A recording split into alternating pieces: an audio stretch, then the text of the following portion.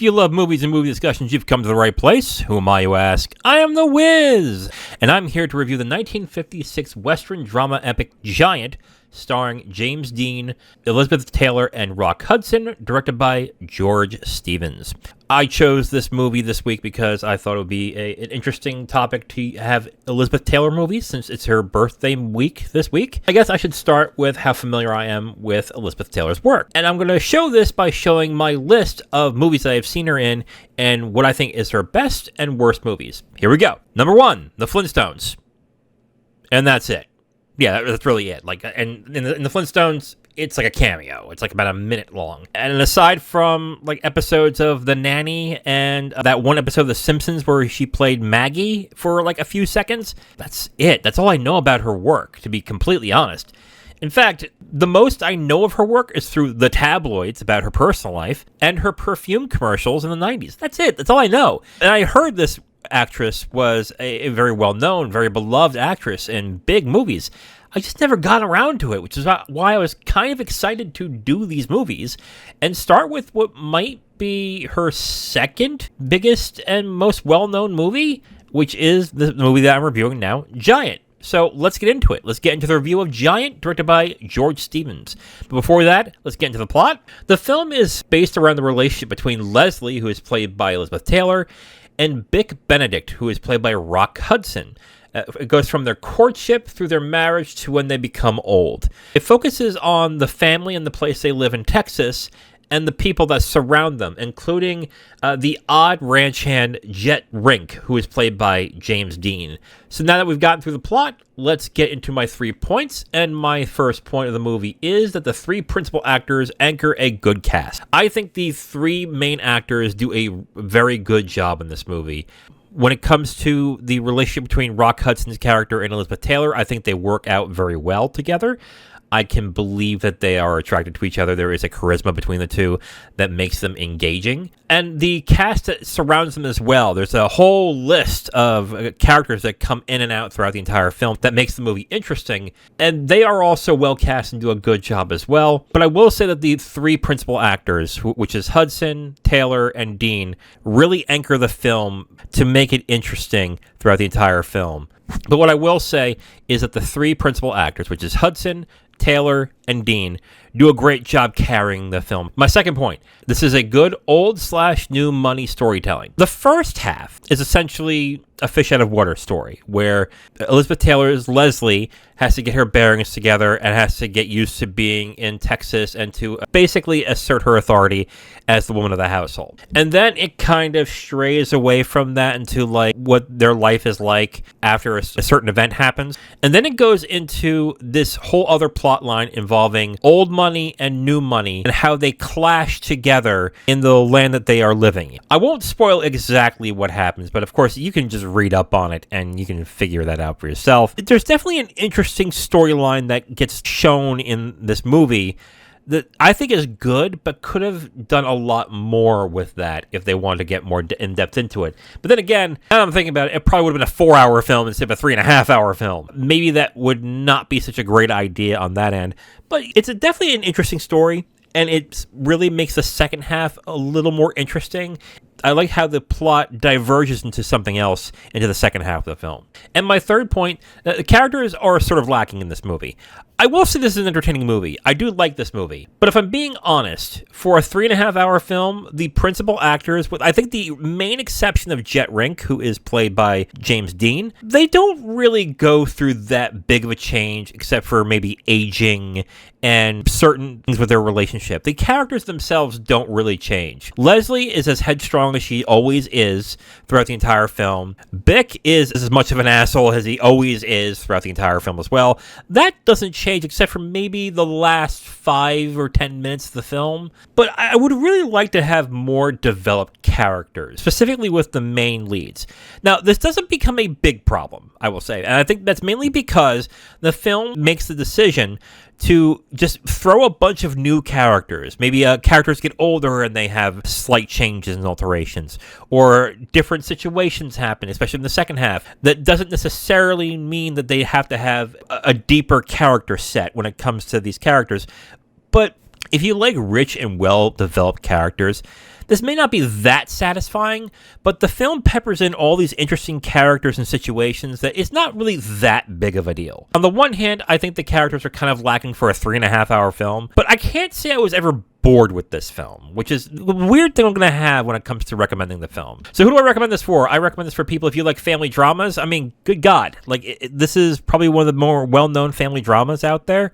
If you're into those kind of movies, I would say check this out, but mind the runtime of 3 hours and 30 minutes. I would also recommend this if you like fish out of water dramas. The first half is a fish out of water drama, which is Leslie trying to get used to being in Texas with the heat and the characters and the way that life is back then. It goes through those plot lines pretty briskly throughout that first half of the film. The second half is where it goes into the new money, old money thing, which I actually like, which I would also recommend if you're interested in that. But you would have to go through this fish out of water drama first to get there.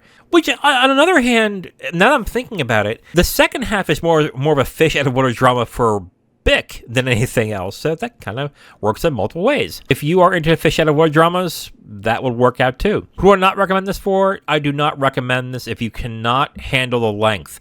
It is 3 hours and 30 minutes. Okay? Let me just put that right out there. 3 hours and 30 minutes long. If you can't handle the length, don't bother. Well, okay, I'll put it this way, though, okay? You could probably find a guide where someone could say, okay, where can I start and stop? If you can find a guide that says, okay, you don't want to watch it for the 3.5-hour film, that's fine. Stop here, then come back. Stop here, then come back.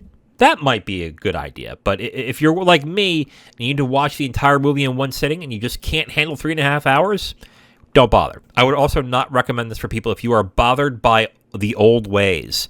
Bick is racist in our common parlance. He's also sexist. A lot of the way that the characters treat Leslie is also not great.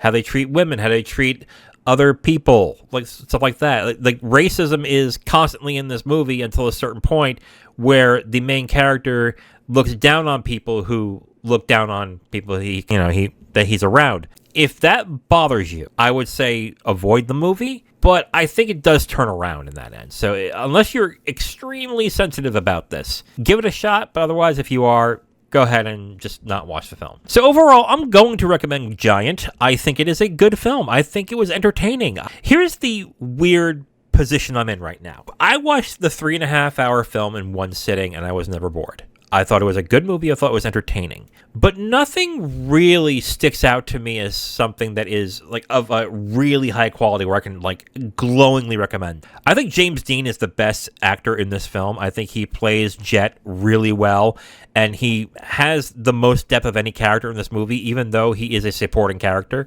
I do like the relationship that Elizabeth Taylor and Rock Hudson have in the movie, and I think they work well together. But on the other hand, I don't think they're great. I think they're good. I think they just make the film as good as it is. I'll put it this way. When I watched this film, it reminded me a lot of Gone with the Wind in a few reasons. One, it's about a strong-willed, independent woman. And two, it's about how the people around her are surviving at a certain point in time or are conversing with each other. But the key difference between Giant and Gone with the Wind is where the film focuses its story. And Giant is more about familial bonds and relationships than with Gone with the Wind, which is somebody who is trying to survive the Civil War. I wish there was more to this movie than just the familial bonds and the family element. Because I think the best parts of the film are when they stray outside of it and they go into Jet's story. I think Jet's story is really good in this movie. But when they just keep it along the family, it's good, but it's not great. But that's most of the film, unfortunately. And because of that, I can recommend it, but it's not something that I could honestly say you have to see. There are going to be people who disagree with me. That's fine. I understand that. I understand a lot of people are fans of Rock Hudson and maybe even Elizabeth Taylor. But I really like James Dean in this movie. It's weird. I think it's good. I recommend it. I was never bored. I enjoyed my time watching it. But it's not one of the best films I've seen. But overall, I do recommend Giant. It's a good movie. If you are interested in this type of movie, I would say check it out. Now, if you want my full review on this movie, you can go to my website at IamTheWiz.com. You'll have my full written review right on the site, along with a link to the video that has this review that you've just listened to. All right, so for next time, Thursday, me and Zero are going to continue 007 debriefings with Live and Let Die. Saturday, me and Kim are going to watch Who's Afraid of Virginia Woolf, directed by Mike Nichols. And Tuesday, which is going to have a new week, which is a new theme. I mean, it's Oscars that week. So I think it's about time that we start watching more Oscar movies. And I'm going to have to start with the obvious one, which is the one that seems to be the frontrunner as of right now to win Best Picture.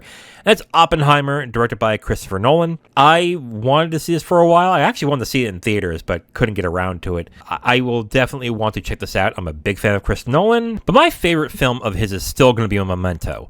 It's a film that I saw when I was in high school, and it blew my mind. But it's still a really good movie in my mind as well. But he's done other great movies as well. Inception I really liked. The Prestige I really liked. I thought that was a really good movie. That'll be the movie we're watching for next time. So tune in next time, where Thursday, me and Zero are going to do the 007 debriefings with Live and Let Die. Saturday, me and Kim are going to do Who's Afraid of Virginia Woolf.